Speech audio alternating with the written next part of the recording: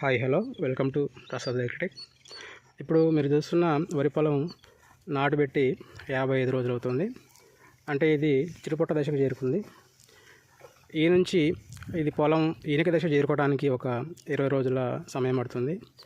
ఈ 20 రోజుల సమయంలో మనం తెగుళ్ళకు కానీ పురుగుకు కానీ అదేవిధంగా ఫెర్టిలైజర్ సంబంధించిన ఎరువులు ఏమి వేసుకోవాలనేది ఈ వీడియోలో తెలుసుకుందాం.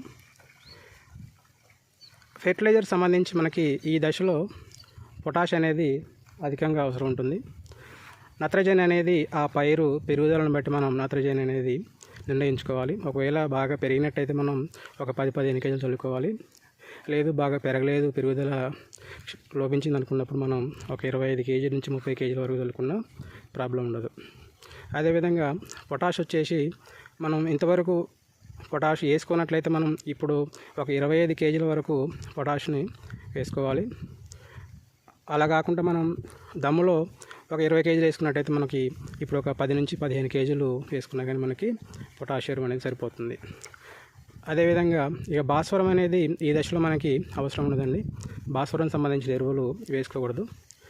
ఇక మనకి తెగుళ్ళకు సంబంధించి ఈ దశలో రకరకాల తెగుళ్ళు అన్నీ రావడానికి అవకాశం ఉంటుంది.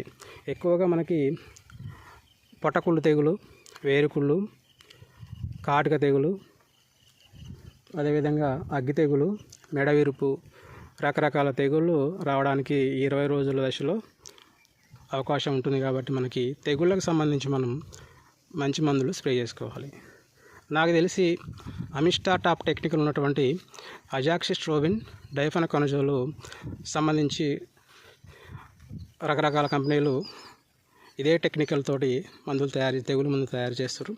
కాబట్టి మీరు ఏ కంపెనీలో అయినా, ఒకవేళ గ్రోమోలో అయినట్టయితే మనకి మ్యాక్సెస్ అని మందు దొరుకుతుంది. అది కూడా సేమ్ అజాక్సిస్ట్రోబిన్, డైఫెనకోనజోల్ టెక్నికల్ సంబంధించిన మందు. అది కొట్టుకునే ఏం లేదు. లేదంటే అమిస్టా టాప్, సింజెంటా కంపెనీలో అమిస్టా టాప్ అనేది కూడా దొరుకుతుంది. నేనైతే వేరే శ్రీవెన్ అనే కంపెనీది జూడో అని, ఇది కూడా అజాక్సిస్ట్రోబిన్, డైఫెనకోనజోల్ ఉంటుంది.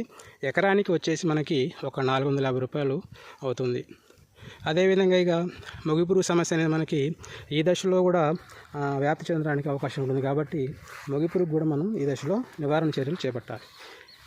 మొగిపురుగు ప్లస్ పై పురుగు అంటే పచ్చపురుగు కానీ ఆకు చుట్టు పురుగు కానీ ఇవి రెండు కూడా మనకి ఈ దశలో వస్తాయి. కాబట్టి మనం మొగిపురుగుకి కార్టాప్ హైడ్రోక్లోరైడ్ స్ప్రే చేసినట్టయితే మనకి పూర్తిగా నివారించబడుతుంది.